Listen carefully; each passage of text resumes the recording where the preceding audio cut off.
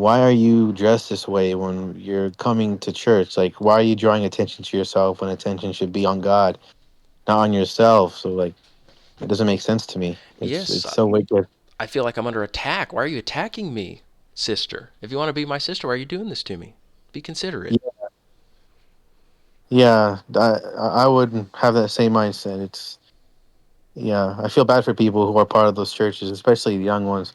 I remember going to a church, like maybe a few months ago with a friend, and it's just a bunch of, it's like a college, but they have a bunch of college people, like, men in their 20s, 19, 20, 21, 25, around there, men and women, mostly like around this age. The men, I guess, their jeans and their clothes, but then a lot of the women, some of them may dress somewhat modest, but then still have their faces uncovered. But then a portion of them, man, were just dressed very inappropriately, and I would just feel uncomfortable just being behind them. I feel uncomfortable just being there. I wouldn't even want to be there. Yeah, and then I feel bad for all the men that are there. I'm like, man, like I feel bad for these dudes. They're over here at this church because maybe they have a heart that they like. Maybe somewhat they do want to seek God, but then they come to this weird congregation that is like just luring to lust, and yeah, it's crazy.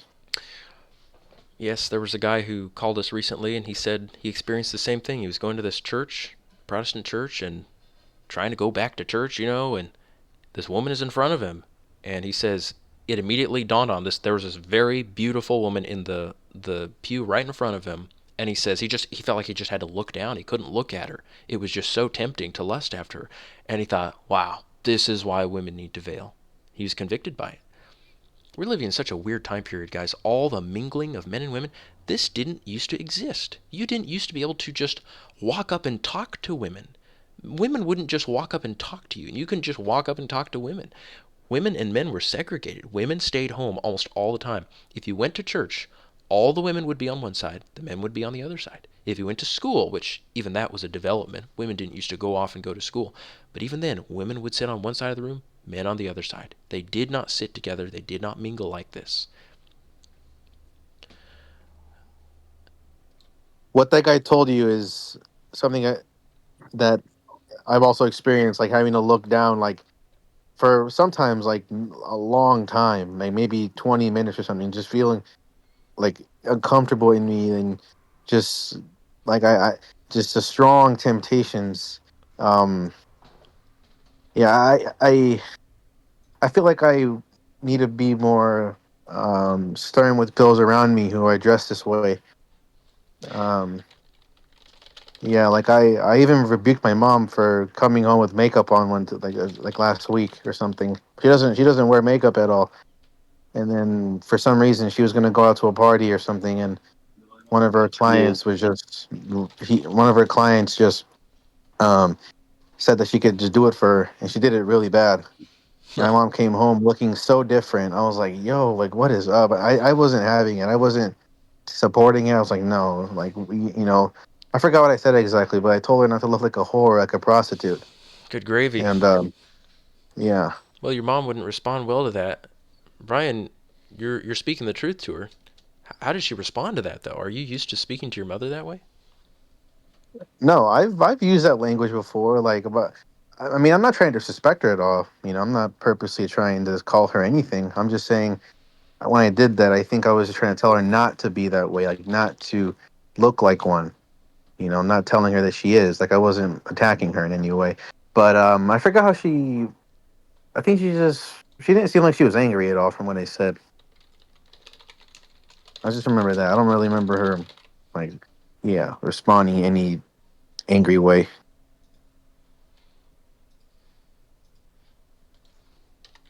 Luke, Mm-hmm.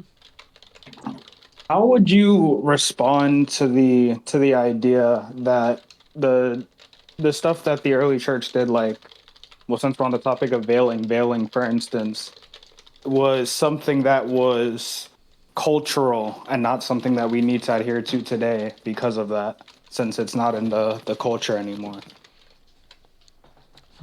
There's so many responses, and I've written a lot of responses to it. But let's say that morality is subjective to culture. Let's say at one time when Paul commanded this, it really was a command. You were required to do it. By the way, my first response would just be you can't say something specific to culture when every culture is doing it, because I'd say specific to what culture? Every culture?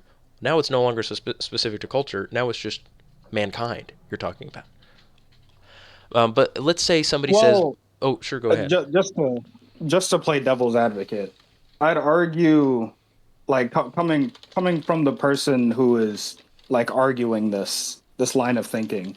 I could see it saying something like, well, what's an example? I mean, going in the exact opposite way, like makeup. Like it is the cultural norm for, I think, I'd say pretty much worldwide.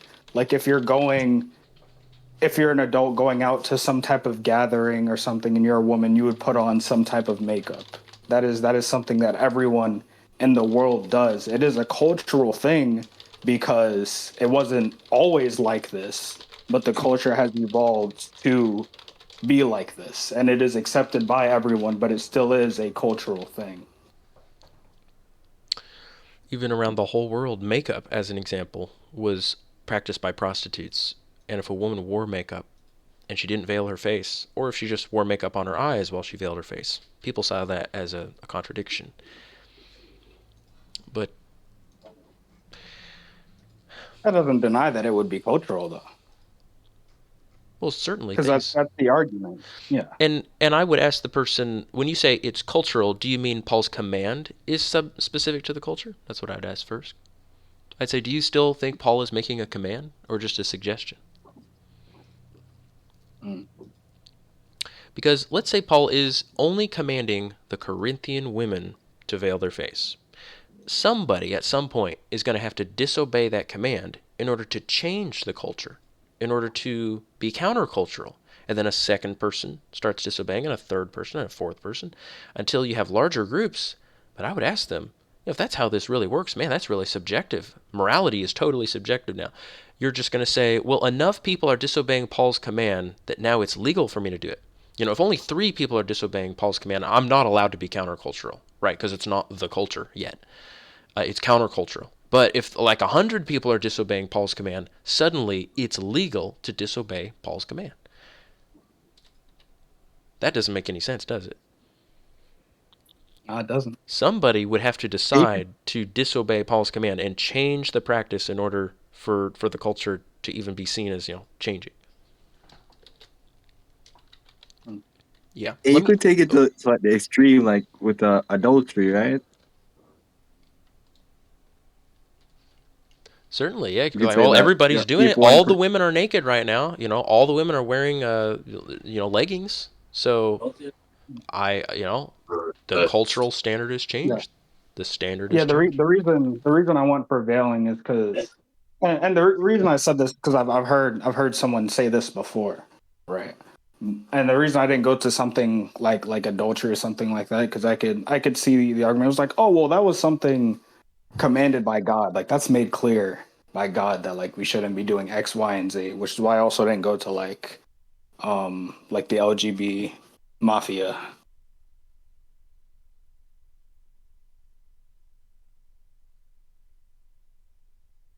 Veiling is the, at least off the top of my mind, the only thing I can think of that would even potentially lend itself to that argument, at least off the top of my head.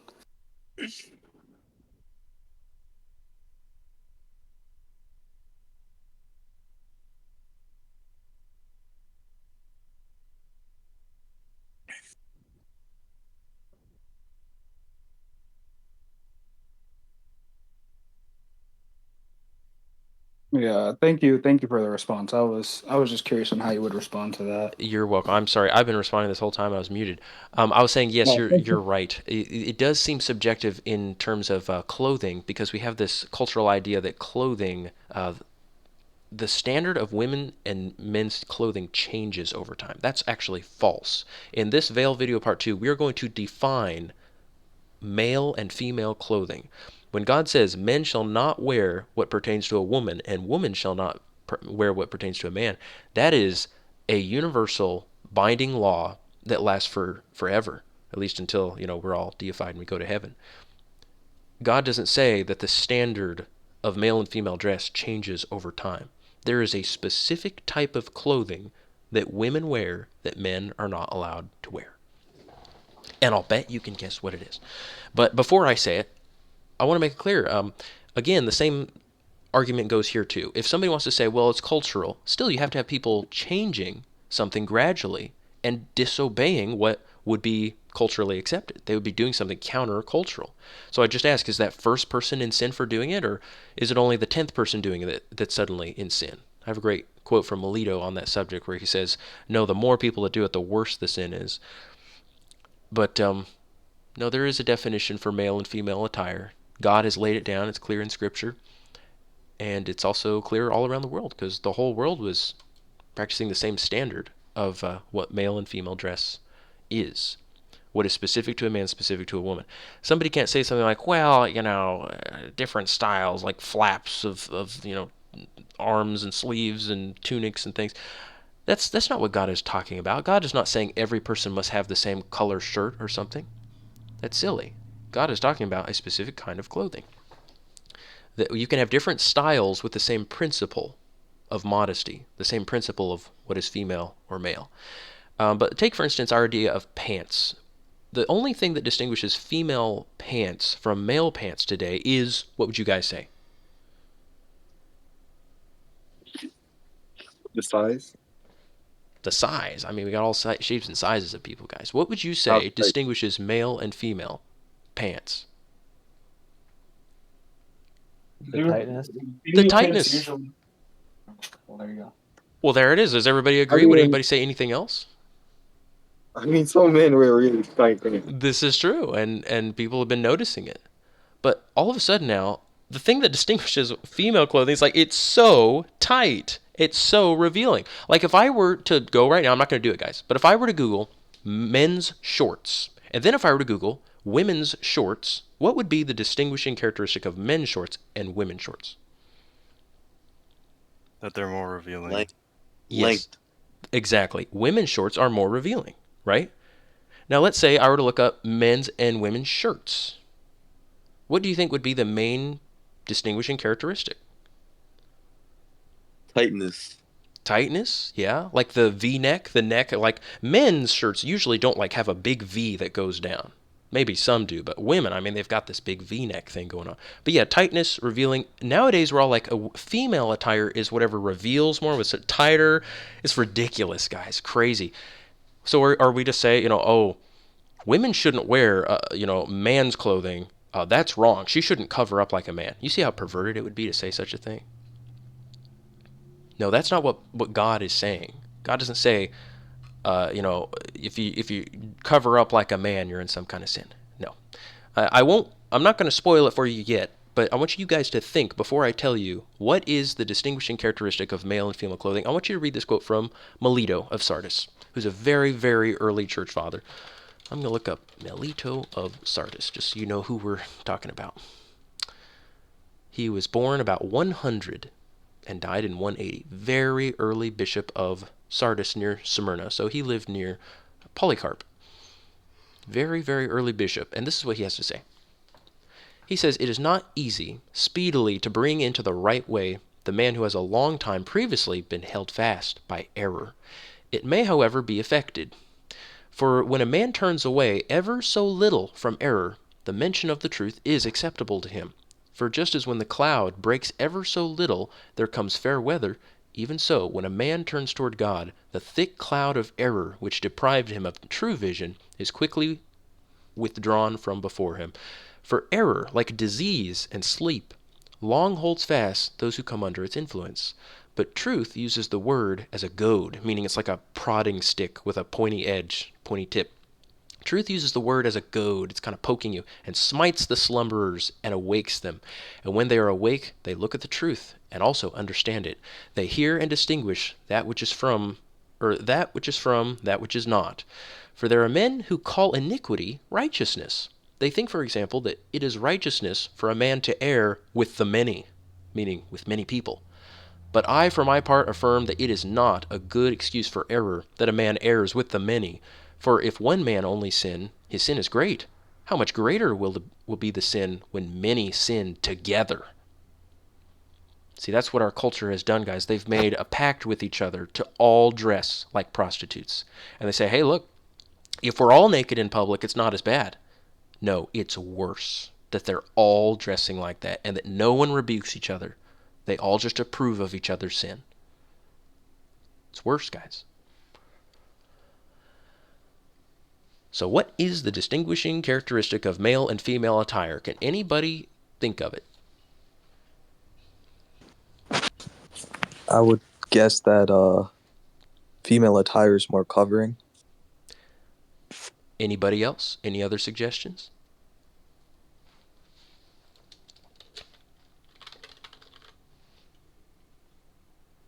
It wouldn't. It usually doesn't hug the body, so it's like more flowy, like a dress. So true. Yes. It's in the same category, same principle that Dante just said. Well, you both said it, guys. Women's clothing covers up the body. It completely covers the body. That's what female clothing is. And what do you think is required for men's clothing? Any specific requirement? This one's harder.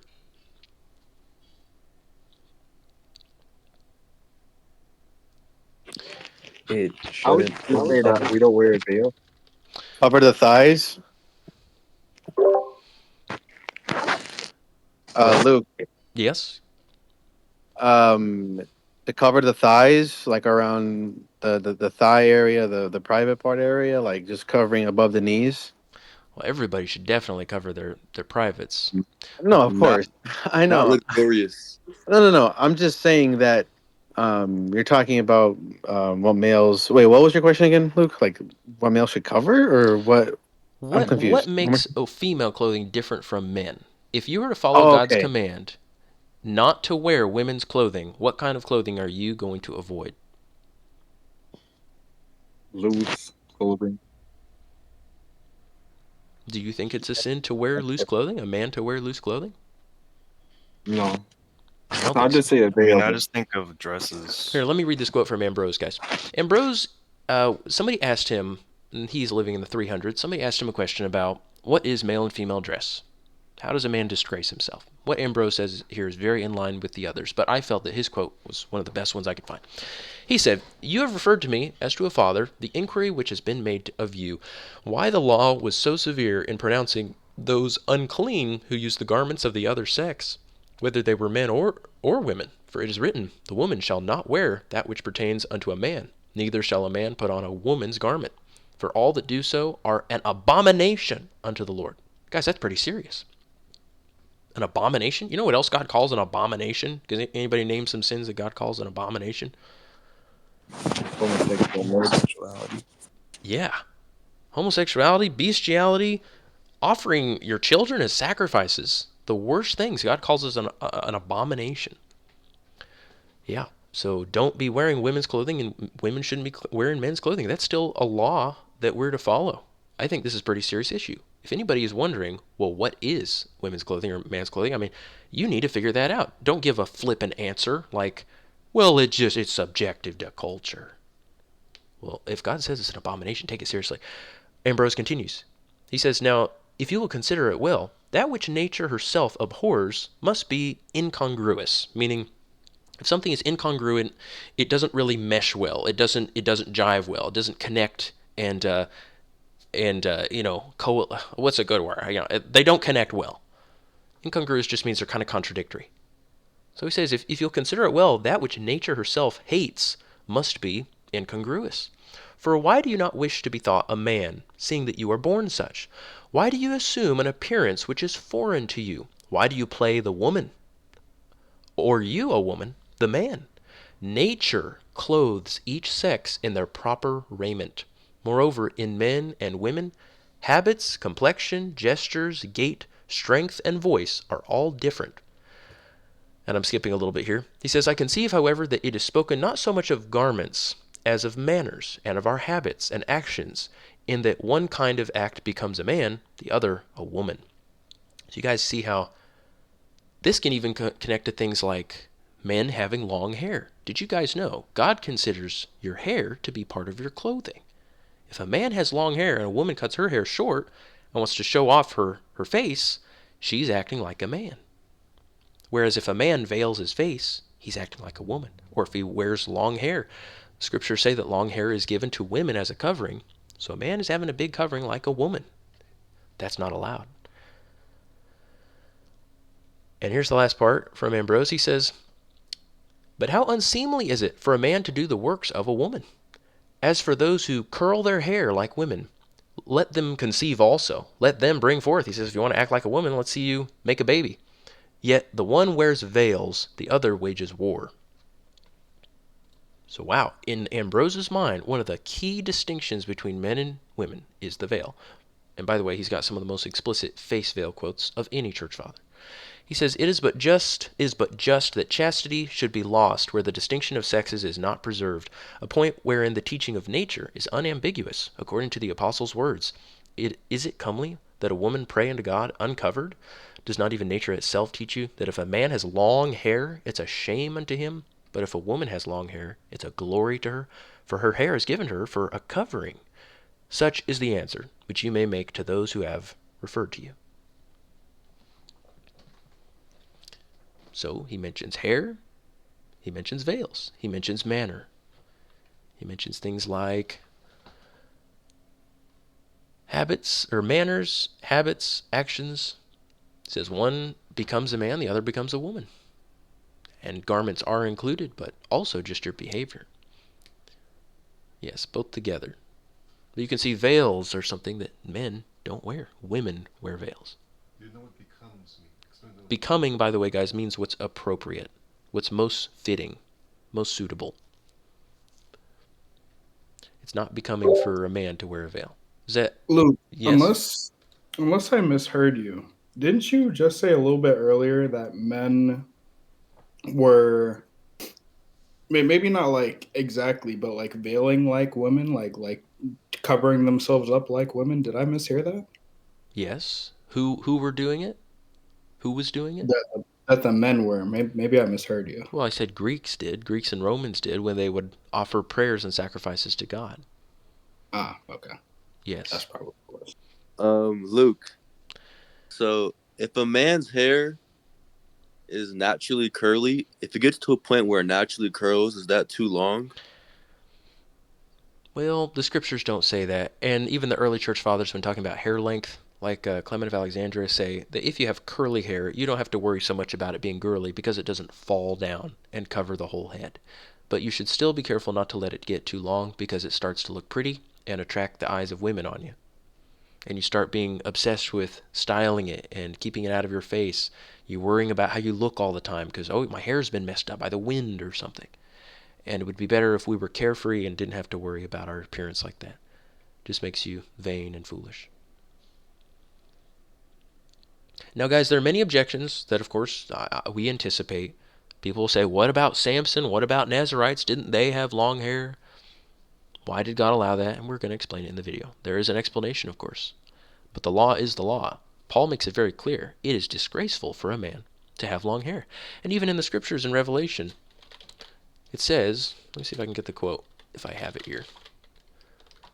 When it talks about Luke, well, or just one how second. would you respond to someone? It just says in Revelation, the creatures that come out of the pit, it says their hair is like women's hair, talking about being long. So, yes, it's recognized women have long hair, men have short hair. And, oh, let me add one more point. Please don't forget what you were about to say, guys.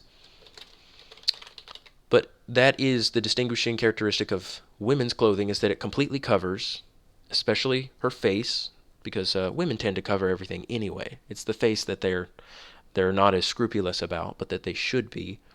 Men, however, are not allowed to be covering their faces. Now, if it were some kind of huge emergency, guys, like if you had dust blowing in your face, you're allowed to. We're talking about attire, how you dress. Just as a woman, if she were to, take off her veil because she's running for her life when bandits are attacking her city, she's not considered immodest by God. You have to use understanding, guys. We're talking about styles of dress. God does not allow women to go around in public uncovered, and he does not allow a man to go around covered like a woman. And we see that throughout the scriptures, we see many times men, when they work, they don't wear much clothing at all. It talks about how Peter in the New Testament says, now Peter was stripped for work. Do you guys remember that verse? And other places too. Christ washed Yeah, Christ himself, when he went, he says he was acting like a servant. He girded himself with a towel, and guys, that's how servants would do their work. They would just have a loincloth on. That was common. Peter was on the boat. It Yeah. says he put on his outer garment. Yes, outer garment, and he was stripped for work, and I'm sure he had a loincloth on. The point is, guys, that was not immodest. That was not breaking some kind of law. But women are not allowed to be like that out in public. Women are to stay in the house. Men, though, have the freedom to be like that in public and to work because it is women who are in subjection to men, not men to women. So the women are the ones who are told, hey, you cover up. But the men are allowed to be open. The men, when they're wearing their clothes, they wear tunics that, their legs are visible. If I look up chiton, I'm afraid it's going to give me a woman because women, all right, chiton tunic. Hopefully it's going to give me mostly men. This is how men would dress, guys. Chiton tunic would usually go up to like the knees. Oh, good grief. I can't even do this. Nolan and I will get some pictures for you guys. Too many times you got a woman wanting to wear a chiton tunic, so forget that. But up to the knees, and not long sleeves. It'd just be very short sleeves, a chiton tunic. I got some pictures. And it says in the scriptures that's what Jesus was wearing. So I got some pictures of male servants, what they would wear. yeah. So men are not worried about covering up their whole body, but women are required to. Men do not wear veils, but women do. Get it? That's the distinction between male and female. I'll say it again. Women must cover up from head to toe and wear a veil. Men don't have to worry about covering up from head to toe, and they're forbidden to have long hair or a veil on their face. Get it? So the men in like the Middle East who wear like similar clothing, not the exact same, but like similar clothing, like in regards to the head covering. For like, I think the reasoning is like because of the weather, like sandstorms and things like that, they cover up their head and most of their face, only leaving their eyes. That would also be considered like a no. Kivon, like I was there's a saying, sandstorm. if there's a sandstorm blowing sand in your face, you're not putting on women's clothing. You're not acting like a woman. There's a practical reason for it. Just like if you're a doctor doing surgery and you put something on your face to do the surgery, you're not donning women's attire. But men don't go around dressed like a woman in a big long dress that drapes down to the floor with a face veil. They don't do that. That is an abomination in God's sight. Just like if a woman is exposed in public with unveiled face and short sleeves, and I mean, even if it's not that bad, that is an abomination. Got you. Okay. So I imagine that's how you'd respond to people who bring up Moses, right? Well, Moses had to cover his face because it was going to kill somebody. They couldn't stand it. It was too glorious, just like the others couldn't look at Christ. Certainly, and there are exceptions, guys, but any person who would use an exception to try to make a rule is a dishonest person and rebellious to God's law. Because if we were to use the exceptions, we could say ridiculous things like, well, I'm going to marry a prostitute because Hosea did. Or I'm going to walk around naked for 3 years because Isaiah did. Or other similar things. I'm going to be like, what was it, Ezekiel that ate the poop? I'm going to eat poop like Ezekiel. Guys, God commanded those things. He commanded Isaiah to go around naked. He commanded Ezekiel to eat the dung. And he commanded Hosea to marry a prostitute. He also commanded that Isaiah have long hair. Samson. These are things that God did as a prophetic type, a foreshadowing. It's not something you're allowed to do. So don't use exceptions to justify rebellion.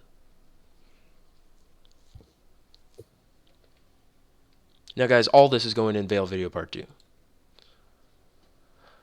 So I'm kind of just going over Veil Video Part 2 stuff right now, but it's a sneak peek, and we have nothing else to do, so might as well just Doc, you got me writing the script for the Veil video part 2.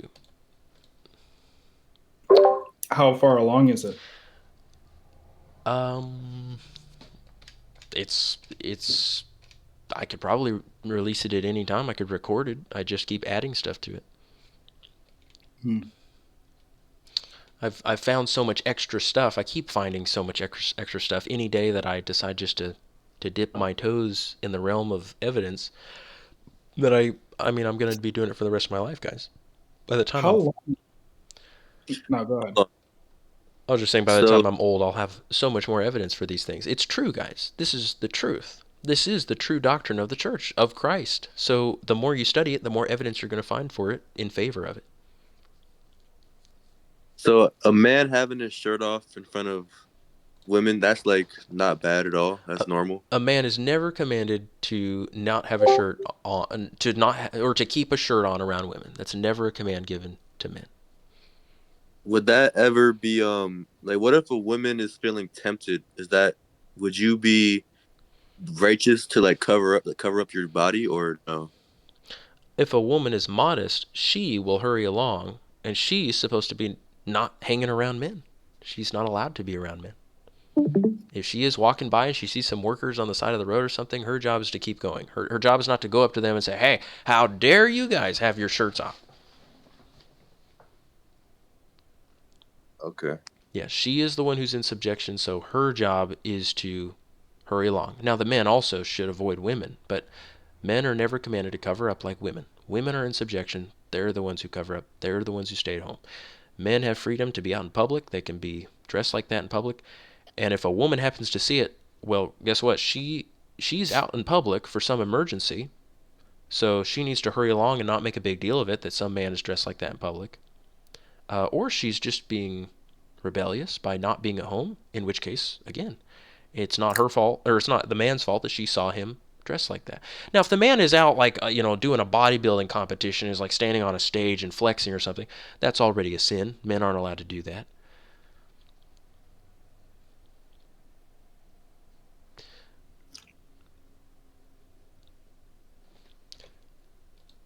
Yes.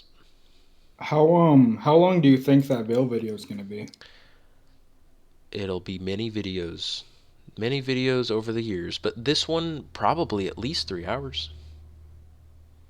Jeez. Yeah.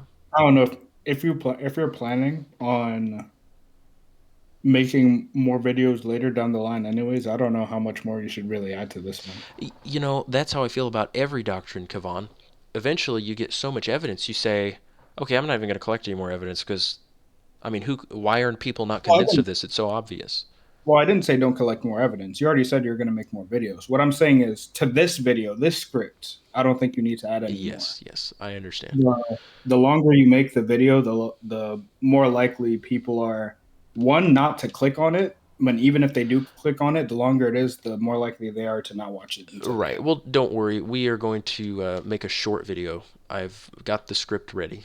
A nice short little video with a fun little title. It's called The One Doctrine Forgotten by All Christians. Nice short little, like, 5-minute long video explaining veiling and giving some very simple arguments. And if people want to learn more about it, then they can. It'll be like 7 minutes or something. That's good length. Yeah.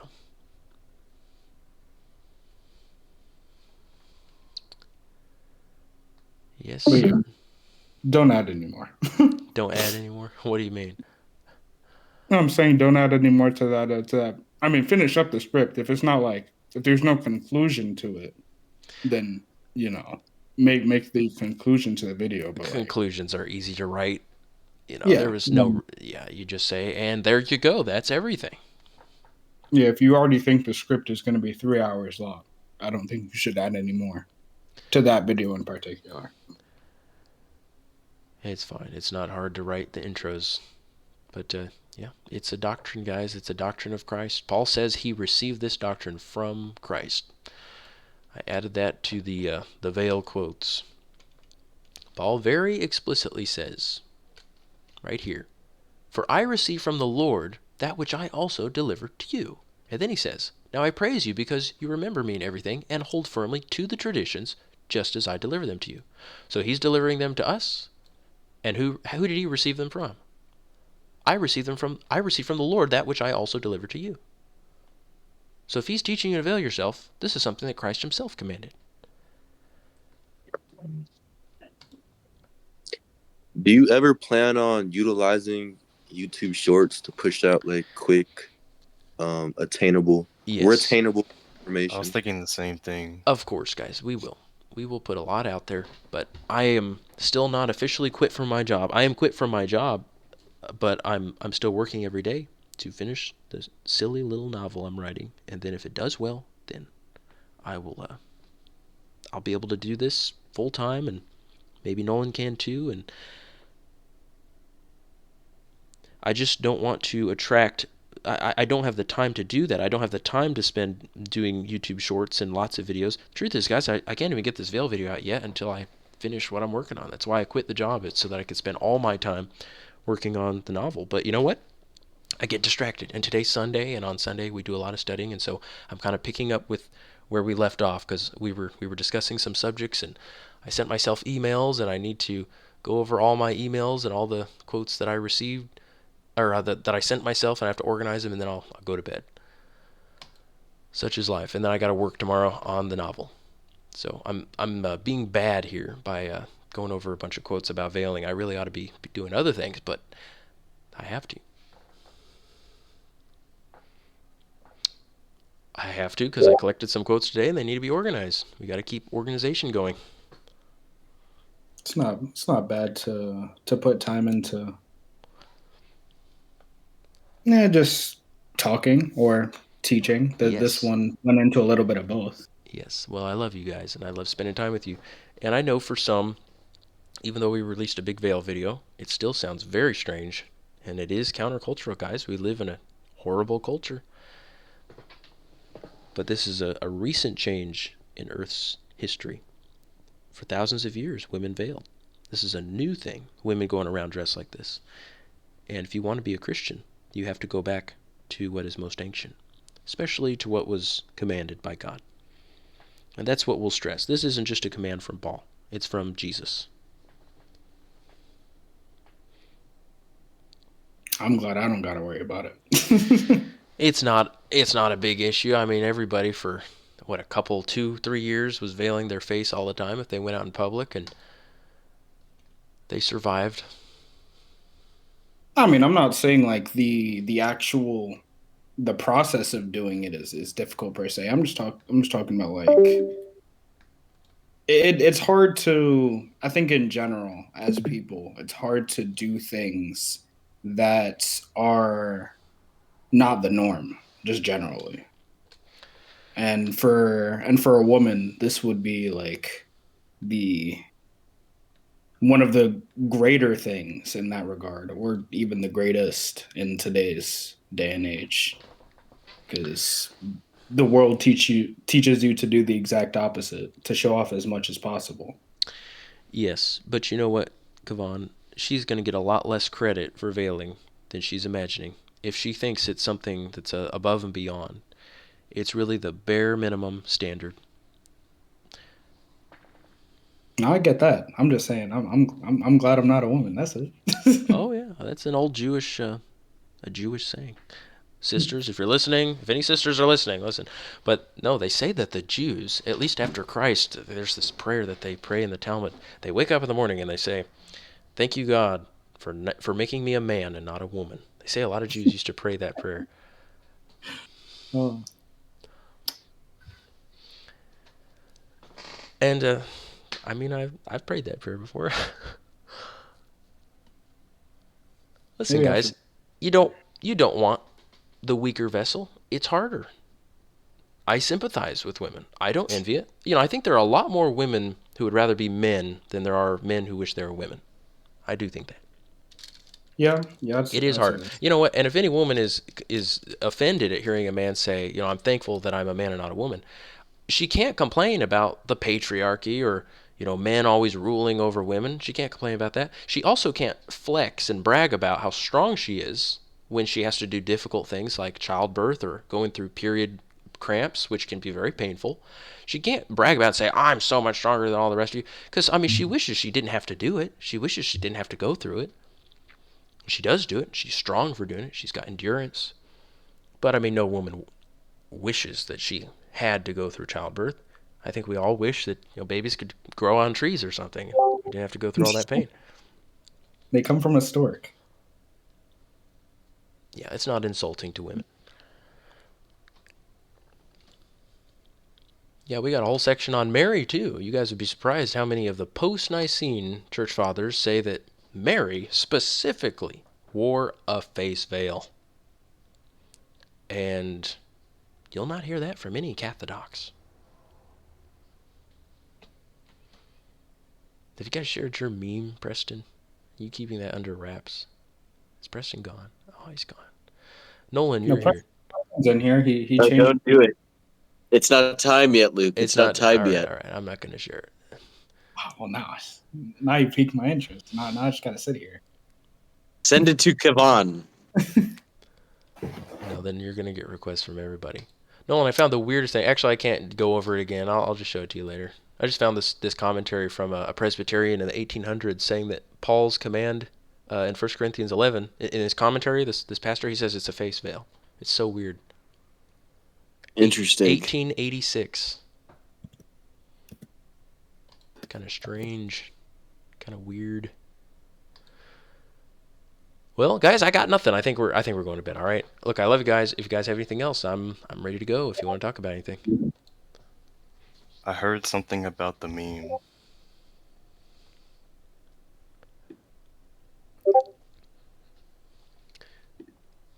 I don't know when that meme is coming out. Good night, everybody. Okay. Good night, Willem. Good seeing you. Good seeing everybody. That's good. Good night. Good night, guys. It was a nice long call that we all had together. Yeah. Where were you? I was eating dinner. I just finished and I said, wow, they're all calling. And you're sick. You're all stuffed up in your nose. It's horrible. It's terrible. How does that happen to you? I'll make sure to take a note to pray for you. It's not necessary. Please don't. Nah, I'm still going to. Can't stop me now. It's too late. I already know. There's so many more important things to pray over than a seasonal, like, cold. Well, there's no harm in it. I believe that there is. I don't believe in that stuff. I've told all of you that before. I don't like that stuff.